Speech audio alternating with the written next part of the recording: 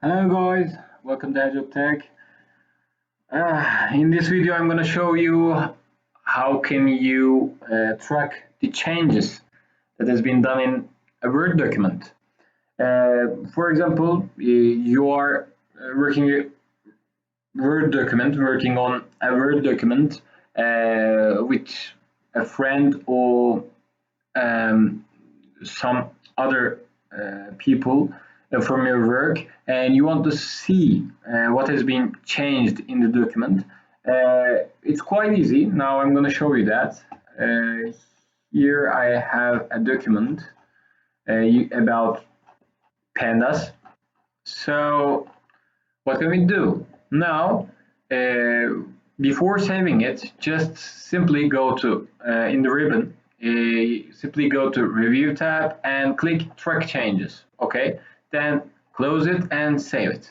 Now, let's assume that the weird guy from your office has opened the same document and want to change uh, one thing in that, like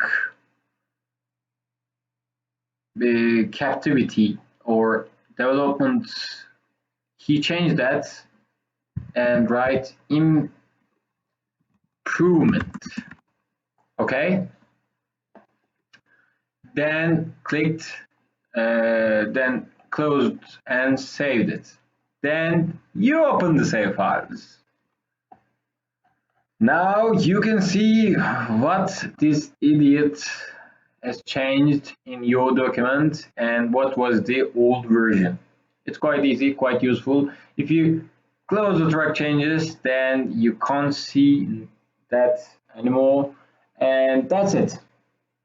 It's quite useful. You can use it if you're working collectively, and that's it. Thank you for watching, and if you like the video, there are some things you should do, and if you want to see other videos, something else uh, you should do, and you can write some comments below, but most probably I'm not gonna read it, so what's the point?